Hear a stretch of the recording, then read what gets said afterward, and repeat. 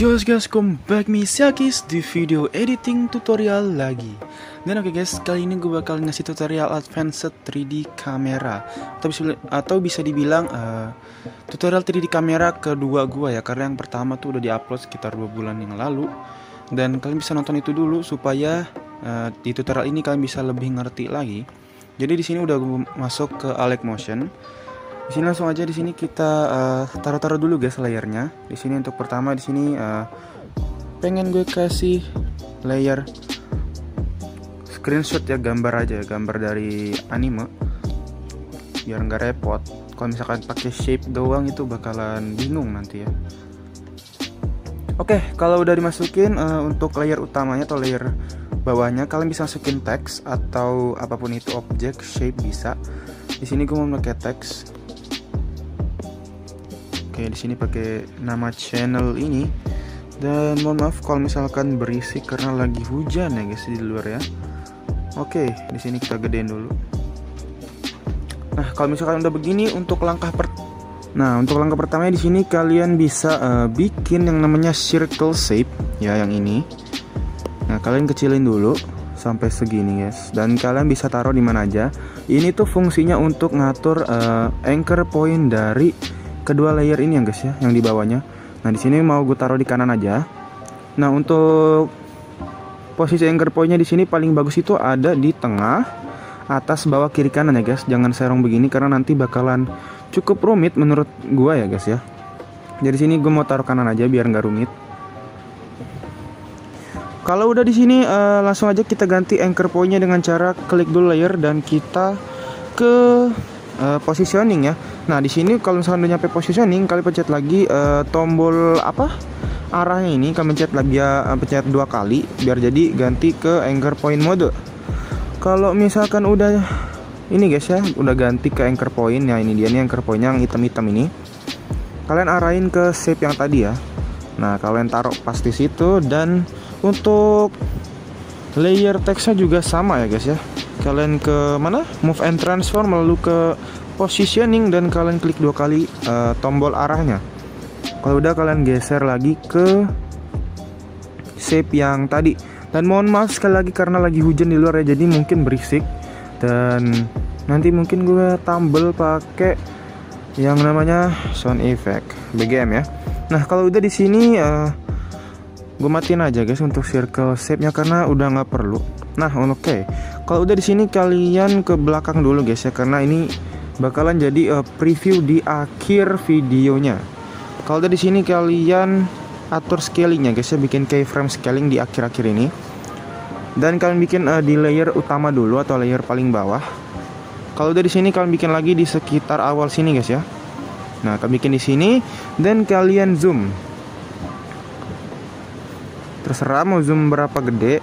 Pokoknya kalian zoom dan kita kasih grabnya ya guys ya. Untuk grabnya di sini bisa pakai Z grab atau apapun yang menurut kalian itu smooth dan cocok ya. Di sini gue biasanya pakai Z grab kayak gini. Bisa diatur-atur lagi guys ya sesuai selera. Dan kalian ke positioning.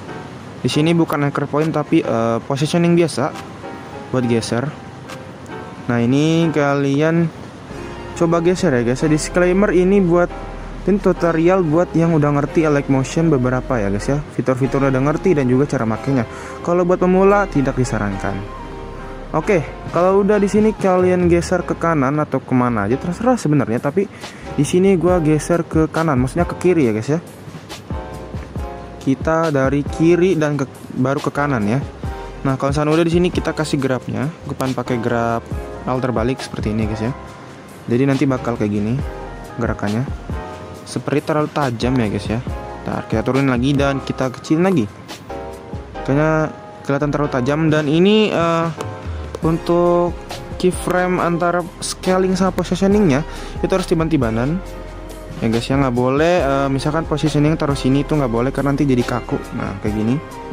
Nah, nanti bakal jadi kaku. Jadi kalian bisa taruh sini ya guys ya, atau makin jauh juga boleh tapi tidak disarankan ya. Jadi dekat-dekat sama keyframe satunya si scalingnya ya guys ya. Nah, bakalan kayak gini ya untuk movementnya.